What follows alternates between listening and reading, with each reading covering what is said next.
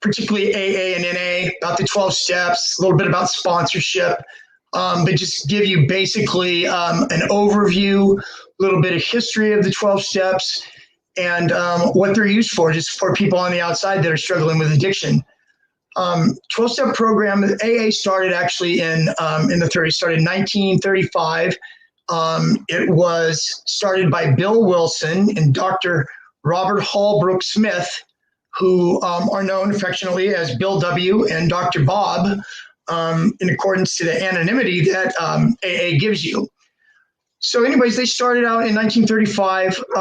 Back then what had happened was Bill W. could not stay sober to save his life, even losing his marriage, different jobs. Finally, what happened, he was hospitalized. And then when he left the hospital, he went out on to a conference. And in the job he had, he was into sales back then in the 30s.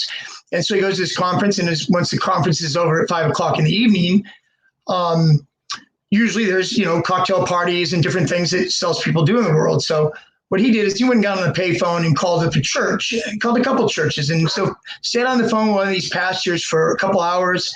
Then what he started doing is he started running into people that had a drinking problem. He would take them into his house, actually, against his wife's wishes, really. But he was maintaining his sobriety through this.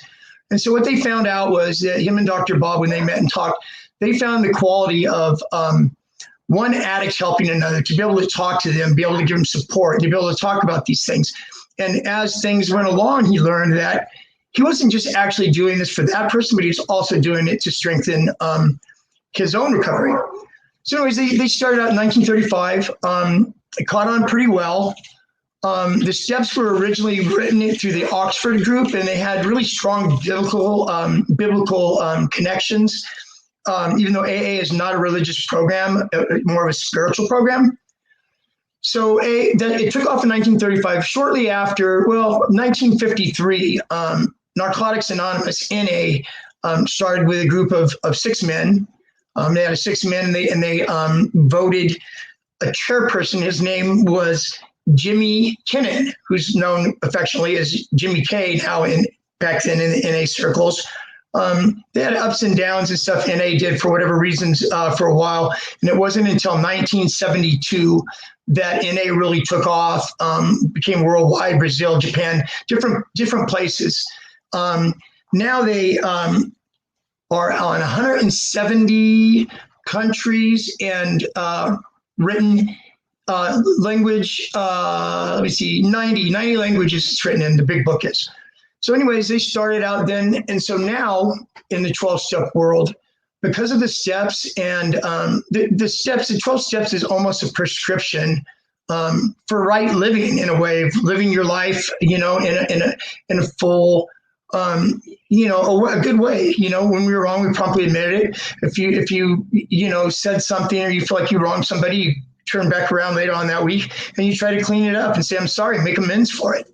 And so I think that's why the 12-step programs have been so successful since they started, and because of their success, they've crossed over. Now we have Overeaters Anonymous, Gamblers Anonymous, Sex Addiction Anonymous. We have all these anonymous groups basically sharing a couple traits. The 12 steps, they might be a little bit different, but pretty much the same, as well as fellowshipping and working through different various addictions. So anyways, I'm going to go over the 12 steps briefly with you right now, just to touch on them. Step 1 was we admitted we were powerless over drugs and alcohol, and that our lives had become unmanageable. It's just basically getting to a place to where you admit that you do have a problem, admitting it, in addiction and in treatment centers and stuff. One of the very first things that you got to break through with a client is their denial. We hold on to this denial just to hold it. Once we get through the denial and you're able to say that my life is unmanageable, then you're at a place where you could start. Step 2 is we came to believe that a power greater than ourselves could restore us to sanity. So basically what that is that it lets us know that it's not, it's not me. I tried it my way, and my way didn't work. So let me reach out and think of something other than myself. Then that. Step 3 was we made a decision to turn our lives in the care of God turn our lives over to the care of God as we understood Him. You'll notice that through 12 steps in different programs, when they mention God, it says followed by as we understood Him. So it's kind of what our viewpoint is. I know that they've had acronyms as far as God goes in 12 steps of AA or NA. Use words like a group of drunks or good orderly direction. Basically what it is we want to look at something that is beyond us, other than us. So spiritual step. Step 4 is one of the steps that is really hard for some people to do because it makes you sit down. I remember sitting down and writing out my 4th step. And when I was writing out my 4th step, it was hard for me because I had to really go back, and the way I did it in a chronological order. So what I would do is, I started using when I was 17 years old, and then from using my experience of using in criminal activity, just all the damage I did in my life started pretty much back then. And so I had to write down, stuff that I did, things I didn't feel good about, and make this long, exhausted list of it. And so after doing that, then you had to share it with God and somebody other than yourself. And that's usually done with a sponsor. I'll touch on sponsorship here in a minute in regards to what a sponsor, what do you look for in a sponsor, what a sponsor really is, and how to work through that. So I'll touch on that in a minute. So step 6 is we were ready to have God remove all of our defects of character. And so basically what this is that it gave us a chance then, it's our old behavior brought us down the road in our addiction. And so we have all this old behavior, all these things, all these old habits, all these ways of thinking that were bad, negative, that made me live the kind of life that I did. And so basically it's trying to get rid of those old behaviors and start to clean up the mess that, I started. Step 7, I call 6 and 7 the spiritual steps because they're similar to step 3 in the fact about them being spiritual. So step 7 is humbly ask God to remove these defects of character from us. So basically, as far as recovery goes and working the steps and, trusting God and getting out of our own way, humility is so important. I shared my testimony February. This year was February 15th, Saturday, February the 15th, and I believe it still gets restreamed. And so if you haven't saw it, it'd be great if you want to go back there and you want to look at it. I'd love to share my story with you. I would love to share my life with you, all for the intent of reaching out and helping and assisting. And, as we go along, you get to know me. I'm going to have these weekly talks on Wednesdays at 6 o'clock. So we can get to know each other through time. Anyways, you can go back there and you can take a look at it and you'll learn a little bit more about me and my journey. But anyways, I was talking about humility, and when I was sharing last time, a lot of people think that humility or being humble, humility is something that's humiliating. And it's not. What it really is humility is not thinking less of yourself. Humility is thinking of yourself less often.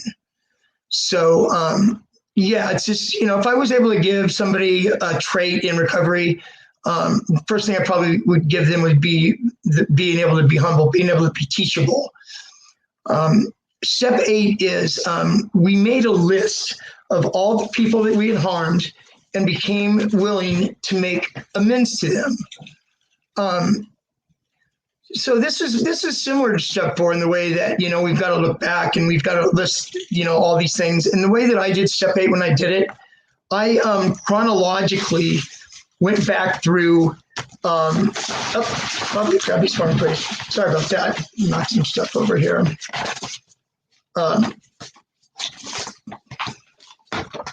Yeah, start it here. Okay.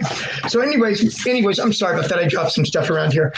Step 9 is taking that list of people. And what I was saying was as I went on, you know, step eight was very similar to me to step 4. But the only difference is that the list that we made and the people that we hurt and the harm that we did, in step 9, we actually put, you know, boots on the ground. We put, you know, things in motion to where we were able to go back and make amends to these folks. I was trying to think of my testimony that somebody that lived next door to me back when I was using this, is probably in the early 80s, broke into their house, sold their toolkit, take the toolkit, go down and hawk it, get money, go buy dope. And I mean, this is one of probably 100, you know, different things that I've done in my addiction. I had no boundaries. I didn't really have no remorse. I was going to use. And so what I would do is I would get money the only way I could, and that was go rip people off. So anyways, I ran back into the gentleman 25 years later. This is more than that, actually. It was probably more like 30 years later, running on a trail. And I was able to start up a conversation with him and, you know, tell him what I did. And basically his response was, I know that's what you did. And so being able to do what I could do from there, you know, if it means, you know, going and giving somebody $200, the opportunity wasn't there to actually give him money back for the tools. It was just a short conversation. And I don't really necessarily know that he even really accepted my apology. And sometimes in life, when you're doing a step 9, that's going to happen. That, you know, you might not be able to have them forgive you, but you have to remember it's the act of going and sincerely doing that and being sincere in it. And if there's a way of patching it over or working it out, then you do that, you know. And in step 9, it says there's a part of the last part of step 9 is except when doing so could harm you or others. So in other words, like, you can't force something on somebody, or not. There's certain things that you can't do, you know. But the main thing is making that gesture and doing it and walking through it. Okay, and step 10 now is we continue to take a personal inventory in life, and when we were wrong, we promptly admitted it. So it's similar to step 4. It's similar to step 8 in and of itself. So I like to call steps 10, 11, and 12. I would like to call them the maintenance steps, because you know, it's maintenance. It's not like a one and done. It's not like we sit down and we write the 4th step and then we take that 4th step and we share it with our sponsor and we kind of try to patch up our past with that. Where step 10 is a daily, a weekly you act. You know, look back over your week. You know, did I say something to my dad? Did I say something to my sister? Did I do this or did I do that? And honestly asking yourself these things, and then circle back around and say, you know, patch things up if you can. Okay, step 11 is sought through prayer and meditation, our constant contact with God, praying for only his knowledge of our will and the power to carry it out. So I work in a treatment facility right now. So I'm able to, you know, help other people. It's, you know, knowledge to carry it out, you know. So it's like I said, it's a maintenance step. It's a step where you're in contact, you know. Prayer, for me, it's prayer. For others, it might be something different than prayer. But it's basically a connection to be able to, you know, be in contact with God, kind of be led by God, and do that step. Okay, the last step is having a spiritual awakening. As a result of these steps, carry the message to the addicts and practice these principles in all of our affairs. Similar to 10 and 11, it's a maintenance step. This is something that is like I said about step 4. It's not one and done. Step 4 is really not one and done either. During my recovery, I mean, I started in 1981 trying to get clean. 87, there's been many times and many relapses when I tried to get sober. So, you know, there's lots of 4 steps. Even if you stay sober, and you're sober for 10 years, people still work the steps on a daily basis. And sometimes you go back through them again and again. You just don't go through the steps one time. You go through them again and again, which I will get to when I talk about sponsorship here in a minute. Okay, so going to sponsorship, to pick somebody that is a sponsor, or what does a sponsor do, basically, is you want to look at a sponsor and pick a sponsor.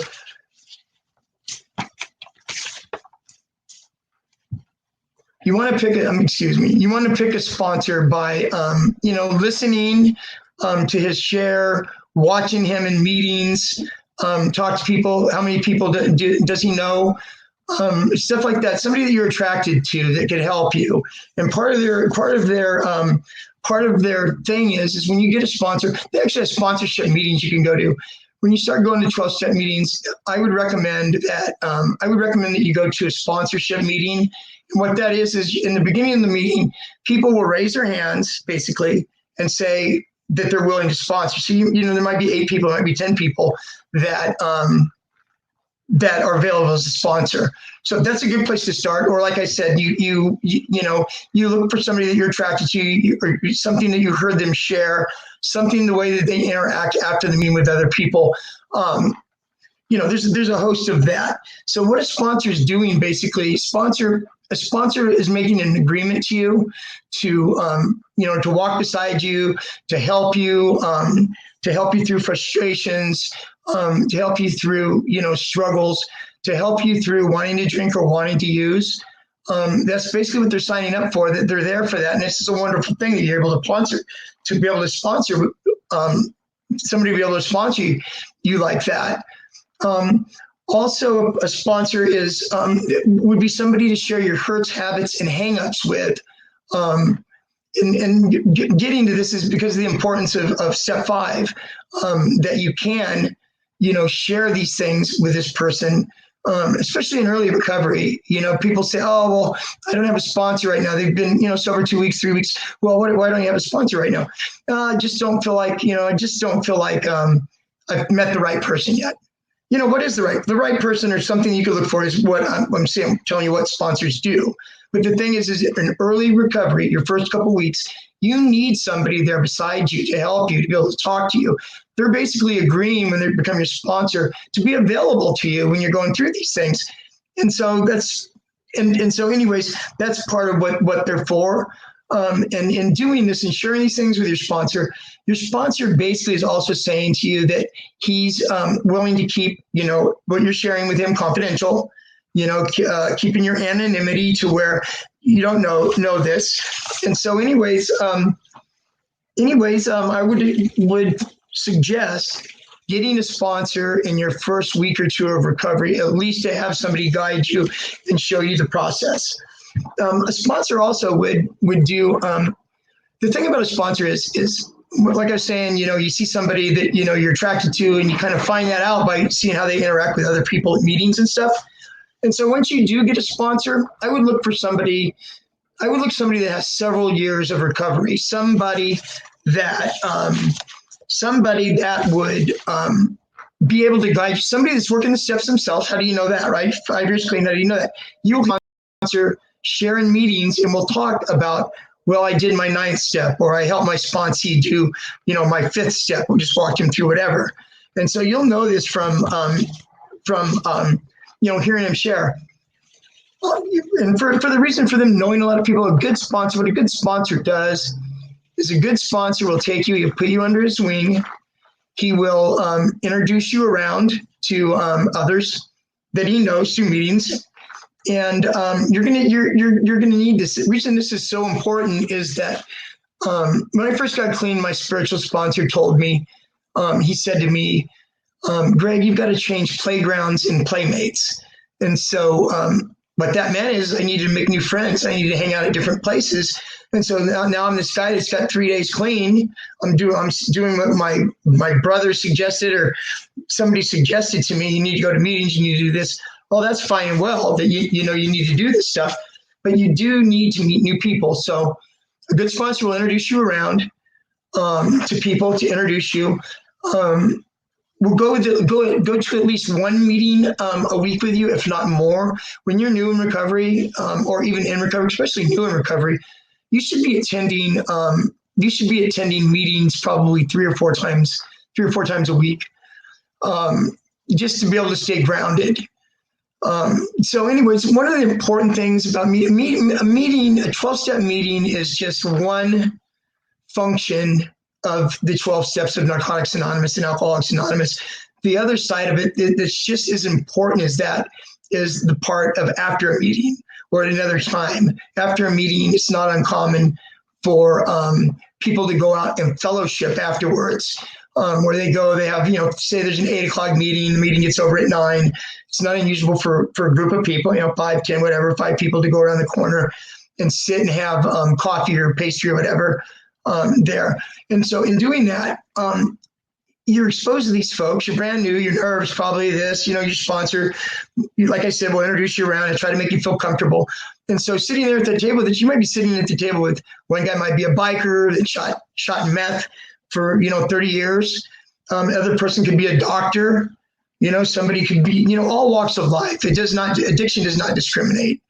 And so you ask questions. You pick their mind. You say, what was it like for you? What was your first week first week in recovery like? How did you feel? Did you have trouble sleeping? Just ask these questions. You have ask these different questions from different people. What was it like for you to do step 4? Did your sponsor give you a format? Did your sponsor give you some questions and stuff that you needed to answer? How were you guided along through that process? So that's the importance of fellowshipping. Also, with the 12-step involvement, there's different things, different activities you can do. They have clean and sober bowling leagues. As part of, a few years back, part of a clean and sober softball league, which was really, really cool. Some people take it a little too serious, but it was really cool. So that's kind of about 12-step meetings. As far as I'm going to go into the steps in another discussion where I'll just go over the steps and I'm able to describe them and talk about them in a little bit more detail than I did today, and not as scattered as I did today. In my notes, I try to be humble, reachable, teachable, and genuine, which I am. But anyways, I'll go into those in more depth. So, what's the importance of 12-step meetings? What is the goal? What do 12-step meetings have to offer you to recover? Number one, they're a safe place to go to recovery. Number one, you're not going to go someplace where people are drinking or doing drugs there. It's a place that you can go and hang out where you'll meet people that don't use drugs and alcohol. There is a spiritual component to recovery. And then there's also a worldwide, you have an access of a worldwide network that's available. I think I shared earlier before that with AA. AA now is in 190 different countries, and the big book is interpreted and written in 90 different languages. Imagine that. 90 different languages the big book is. So it is literally all over the world. If it's a night and you're struggling, day and you're struggling, and you just need some support, or you need to go to a meeting, but you there's not a meeting around you anywhere, you can go online and type in, go into a meeting. They have online meetings where you can go on there and you can hear hear people and feel supported and jump right in there in the meetings. That's always available to you. Also through Alcoholics Anonymous and Narcotics Anonymous, they have hotlines. They have an AA hotline and an NA hotline where they have people that don't get paid. Basically, they're volunteers. Same as somebody that's the secretary or chairperson at a meeting would be. And if you need to talk and you're struggling, you can call that number and talk. That's basically what they're signing up for. So, and also, I think one of the main things about meetings is that you find a meeting, a big meeting, you'll have exposure to people that have lots of clean time. You're being exposed to a lot of people that have been clean for a lot of years. And like I said, that's when you ask questions. You pick people's brains. You know, what is it like to, you know, what did you feel like your first couple of weeks when you were getting clean? Were you able to sleep? You know, all these questions that we have. I mean, you got to remember that everybody, we're this is one the thing about 12-step is it's one addict helping another addict. And that's the beauty of it. And it's totally free. It costs absolutely nothing.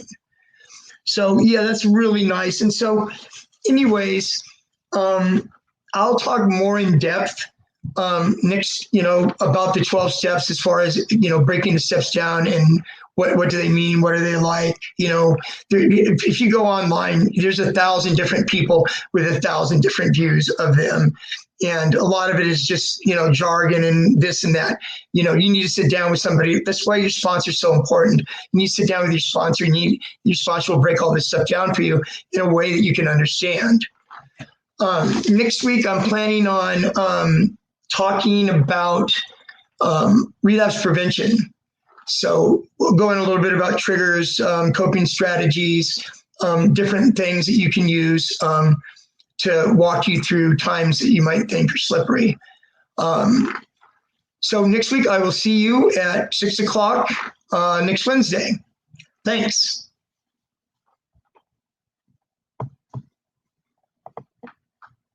You're shaking. I'm close.